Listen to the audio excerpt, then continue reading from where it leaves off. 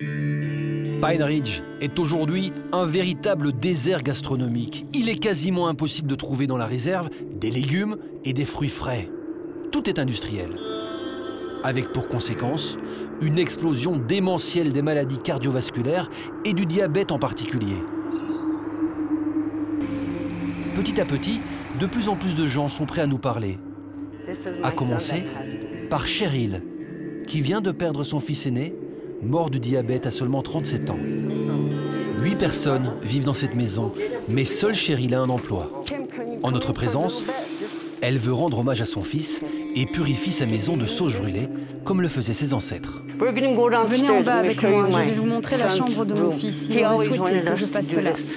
Cheryl pense que si son fils avait été blanc, il serait encore en vie. Il a eu beaucoup de difficultés à l'hôpital. Il se sentait discriminé. Au sein même de l'hôpital? Oui, à l'hôpital. Pourquoi? Car il était indien. Tout simplement. De temps en temps, il demandait de l'eau et on refusait de lui en donner. On lui disait « Attends les résultats de tes tests, attends encore un peu. » Donc le racisme peut coûter des vies. Oui, bien sûr. Et qu'aimeriez-vous dire à votre fils aujourd'hui?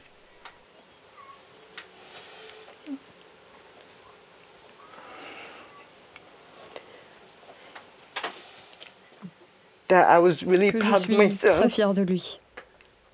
Que j'ai vraiment un fils en or, un gentil fils, et qu'il m'a été enlevé.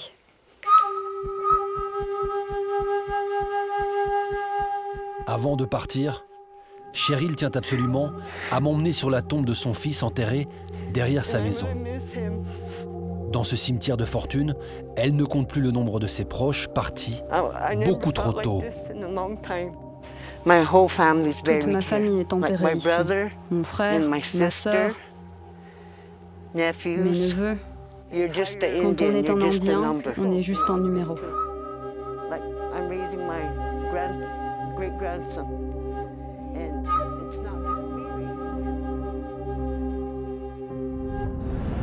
Voilà, on vient de quitter cette famille indienne.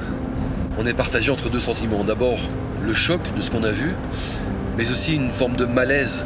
On est face à des gens qui sont dans une détresse psychologique intense, qui vivent dans des conditions de pauvreté extrêmes, pas d'accès à l'eau potable. Ils n'ont même pas un système de collecte de déchets, ils vivent parmi leurs détritus. Des choses qu'on peut voir dans des pays en développement, des pays extrêmement pauvres, mais pas ici. Aux États-Unis, on est dans le pays du rêve américain, mais ce rêve américain, manifestement, il n'est pas accessible à tout le monde. Et si vous souhaitez découvrir encore plus de contenu de ce monde à part, n'hésitez pas à rejoindre notre communauté de voyageurs en vous abonnant à notre page Facebook.